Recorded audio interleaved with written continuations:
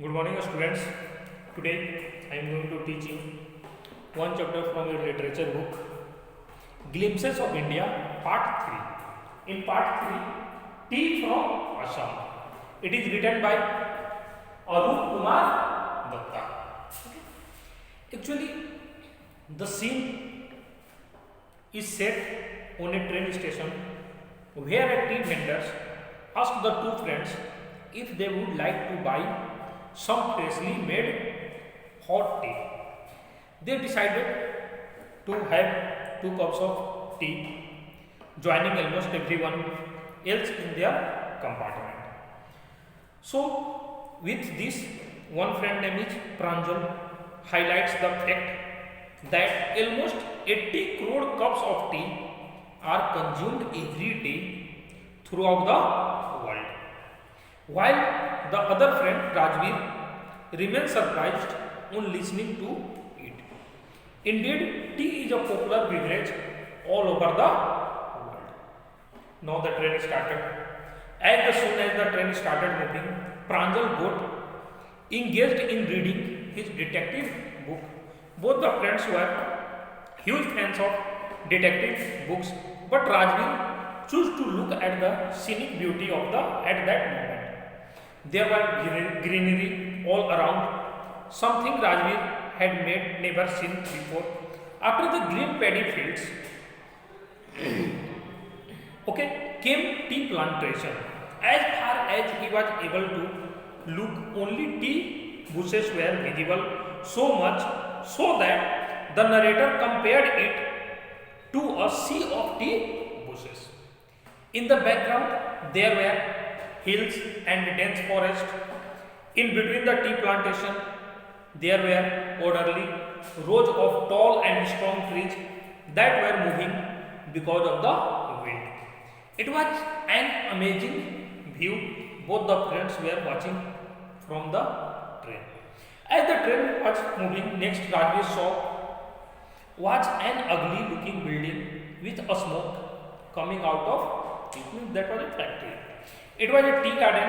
Rajveer got excited, but Pranjal, who had seen all of it during his childhood, didn't match up to his friend's level because Pranjal had already seen everything. Pranjal tells him that they have entered Assam, which is known as the tea country. The state has the maximum number of tea plantations in the world. Before visiting the tea country, Rajveer read a book lot about tea and how it was discovered.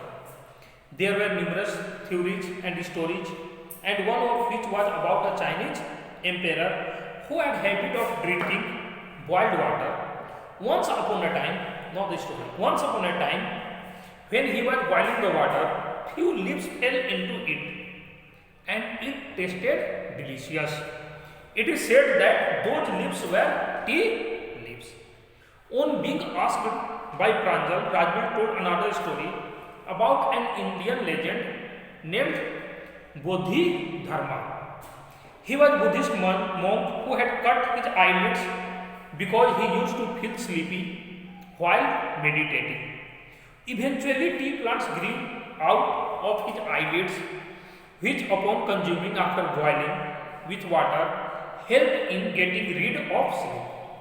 Further, Rajveer highlighted a few facts that stated that tea dates back to 2700 BC and was first consumed in China. All of such words, such as chai, chini, have originated from Chinese language. Tea was introduced to Europe quite later in the 16th century, where it was considered to have medicinal properties. The train stopped and the boy reached their destination, where they gathered their luggage and deboarded from the train, only to find a platform that was too crowded. Pranjal's parents had come to receive them, and after almost an hour, they reached Dhekia Badi. Pranjal tea gardens, after taking a turn and making their way through a cattle bridge. Their tea garden was stretched upon a vast area of land and all the bushes were cut to the same height, and they had been taken care of. On the fields, tea pluckers were seen wearing an apron and carrying the bamboo baskets in order to pluck the freshly sprouted leaves. On their way to the fields, Pranjal's father gave way to a tractor that was loaded with tea leaves.